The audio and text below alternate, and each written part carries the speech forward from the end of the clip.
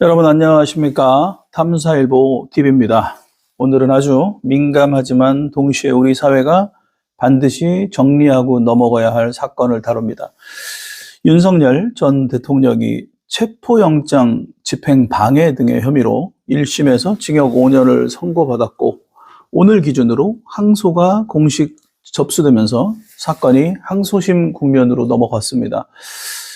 누가 옳다 그르다의 정치적 구호가 아니라 보도된 사실과 법적 쟁점을 중심으로 무슨 일이 있었고 재판부는 무엇을 근거로 유죄를 판단했으며 피고인 측은 무엇을 문제 삼으며 항소했는가를 정리해 보겠습니다. 그리고 궁극적으로 이 사건이 한국 사회에 남기는 구조적 질문까지 짚어보도록 하겠습니다. 우선 1심 판결의 큰 틀부터 정리해 보겠습니다. 보도에 따르면 서울중앙지법은 윤 전 대통령에게 징역 5년을 선고했습니다. 이 사건은 여러 재판 중 하나로 특히 체포영장 집행을 막았다는 혐의가 핵심 축입니다. 여기에 더해 공문서 관련 혐의, 그리고 계엄 선포 과정에서 절차를 제대로 거치지 않았다는 취지의 판단 등도 판결 내용에 포함되어 있다고 전해집니다. 자, 여기서 많은 분들이 첫 번째로 헷갈립니다. 윤 전 대통령이 지금 당장 확정 판결을 받은 건가요? 아닙니다. 1심 판결입니다. 확정이 아닙니다. 그리고 오늘 기준으로 윤 전 대통령 측은 항소장을 제출했어요. 즉, 이제 싸움은 1심 결론이 아니라 항소심에서 무엇이 뒤집힐 수 있는가로 넘어갔습니다. 이제 사건의 중심인 체포 방해가 과연 무엇인지 풀어보겠습니다. 우리가 흔히 체포라고 말하면 길거리에서 경찰이 붙잡는 장면만 떠올리는데 이 사건은 다릅니다. 핵심은 법원이 발부한 체포영장이 있었고 그 영장을 집행하려는 수사기관의 시도가 있었는데 그 과정에서 대통령 경호 조직이 동원되거나 집행이 지연 그리고 무산되는 일이 발생했다라는 의혹입니다. 재판부는 이 지점에서 국가 권력의 정점에 있던 사람이 국가기관의 적법한 집행을 막았다는 구조, 이 구조를 문제 삼고 있다라고 보도됩니다. 자, 이때 피고인 측의 대표적 반론이 나옵니다. 수사기관이 적법한 권한이 있었느냐? 영장 집행이 적법했느냐? 집행의 절차가 정당했느냐? 이겁니다. 즉, 핵심은 단순히 막았다, 안 막았다가 아니라 막았다는 행위가 공무집행인지 그 공무집행이 애초에 적법했는지가 함께 다툼이 되는 겁니다. 자, 1심 재판부는 이 논쟁에 대해 보도에 따르면 수사권과 영장 집행의 적법성을 인정한다는 취지로 판단한 것으로 전해집니다. 즉, 법원이 영장 집행 자체가 적법했고 그 집행을 막은 것은 위법이다라는 결론을 내렸다라는 흐름입니다. 이게 1심 판단의 아주 큰 뼈대입니다. 자, 여기서 두 번째로 중요한 포인트가 등장합니다. 판결이 징역 5년입니다. 꽤 무거운 판결이에요. 왜 무겁게 받는가? 보도에 따르면 재판부는 단순히 사건의 구성 요건만 본 게 아니라 국가 권력의 사유화, 법 질서에 대한 도전, 그리고 책임 있는 지위의 남용이라는 맥락을 강조한 것으로 전해집니다. 핵심은 이런 겁니다. 법을 집행하는 공권력을 막는 순간 국민은 어떤 메시지를 받게 될 것인가? 대통령의 권한과 경호 조직이 국가를 위해 존재하는가? 개인을 보호하는 정치로 변질되는가? 이런 질문이 판결의 정서적 배경을 이룹니다. 다만 여기서도 중요한 원칙이 하나 있습니다. 우리는 판결이 마음에 들든 안 들든 그 판결을 감정으로 해석하면 안 됩니다. 항소심에서 다룰 지점은 결국 증거와 법리입니다. 그렇다면 윤 전 대통령 측은 오늘 기준으로 무엇을 말했는가? 보도에 따르면 윤 전 대통령 변호인단은 기자회견을 열어 항소장을 제출했다고 알렸고 핵심 주장은 크게 세 가지로 정리됩니다. 첫 번째, 절차적 문제입니다. 방어권이 충분히 보장되지 않았다. 재판 집행이 예고와 다르게 바뀌었다. 같은 주장들이 보도에 등장합니다. 이 말은 쉬운 표현으로 바꾸면 우리는 준비할 시간과 기회를 제대로 받지 못했다. 항소심에서 절차 위법이 인정된다면 일부 판단이 영향을 받을 수도 있습니다. 다만 한국 형사재판에서 절차 위법이 어느 정도 판결을 뒤집을지는 사안별로 촘촘히 봐야 합니다. 두 번째는 수사권과 권한 다툼입니다. 영장을 집행한 기관의 권한, 수사의 적법성 문제를 항소심에서도 강하게 주장할 것으로 보입니다. 1심이 적법으로 봤다면 항소심에서는 왜 적법이 아닌지를 더 정교하게 풀어나갈 것입니다. 그게 지금 변호인단의 핵심 전략 중 하나로 읽혀집니다. 세 번째는 증거의 해석입니다. 이 행동이 방해였는지, 아니면 안전조치였는지, 지시가 있었는지, 아니면 현장의 즉흥적인 판단이었는지, 피고인의 고의가 인정되는지 등 결국 법정에서 가장 무서운 건 정황이 아니라 고의입니다. 형사재판은 의심이 아니라 증명입니다. 항소심에서 피고인 측은 고의를 인정할 수 없다는 방향으로 주장하고 다툴 가능성이 큽니다.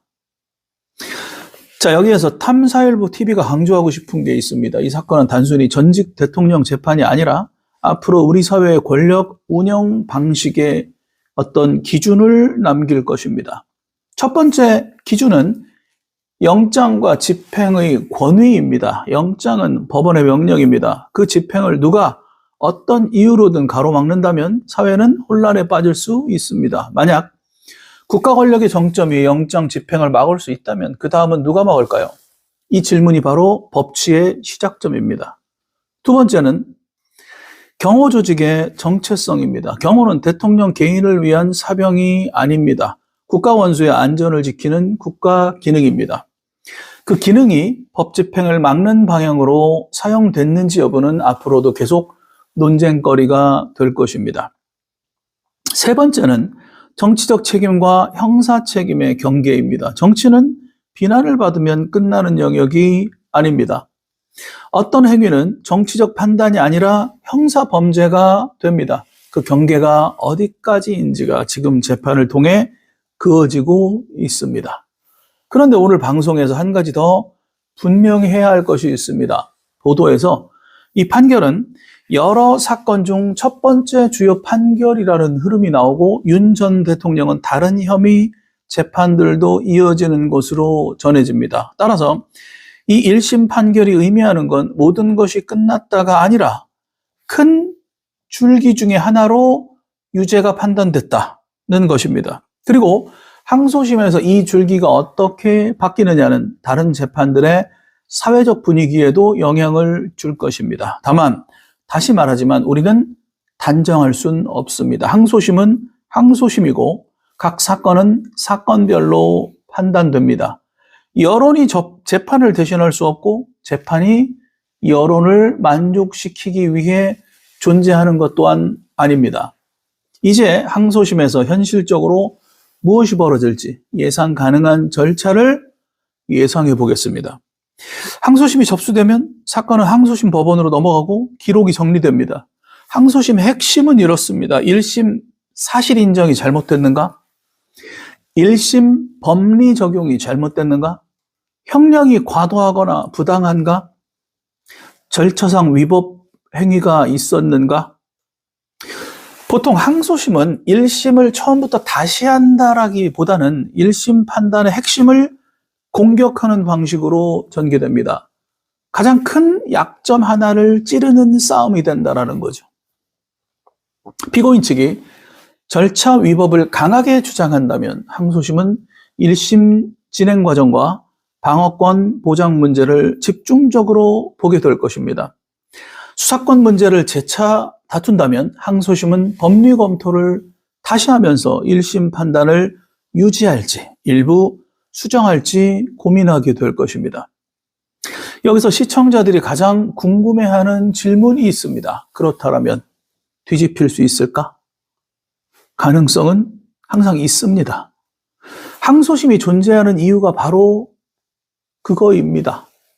하지만 뒤집힌다는 건 정치적 바람으로 되는 게 아니라 법리와 증거가 1심을 무너뜨릴 정도로 강력해야 합니다. 반드시 항소심에서 1심이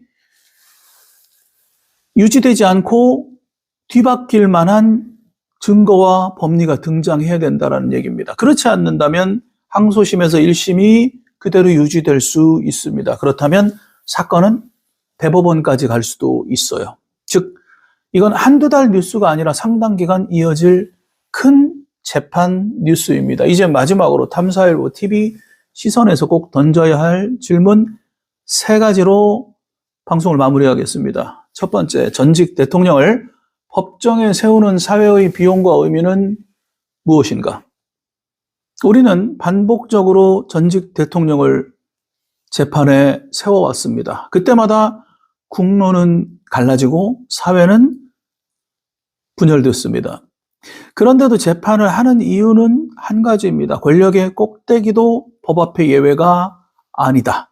이 원칙을 확인하기 위해서입니다. 과연 지금 현직 이재명 대통령은 이 원칙에 자유로울 수 있을까요? 라는 생각이 함께 듭니다. 두 번째, 정치적 위기 상황에서 법과 제도를 비상이라는 말로 우회하려는 유혹이 언제나 존재합니다. 그 유혹이 현실이 될 때 이를 막는 마지막 장치는 사법입니다. 이번 사건은 그 마지막 장치가 실제로 작동했는지, 그 결과가 어떤지 보여줍니다. 세 번째, 이 사건 이후 권력자들은 더 조심을 할 것인가, 아니면 더 교묘해질 것인가? 이게 가장 냉정한 그리고 물어보고 싶은 질문입니다. 법은 사람을 바꾸기도 하지만 사람을 더 교묘하게 만들기도 합니다. 그래서 제도만큼 중요한 건 감시와 기록입니다. 언론, 시민사회, 그리고 공공기관의 기록이 살아있어야 권력은 함부로 움직이지 못합니다. 현 정권도 예외일 수는 없습니다.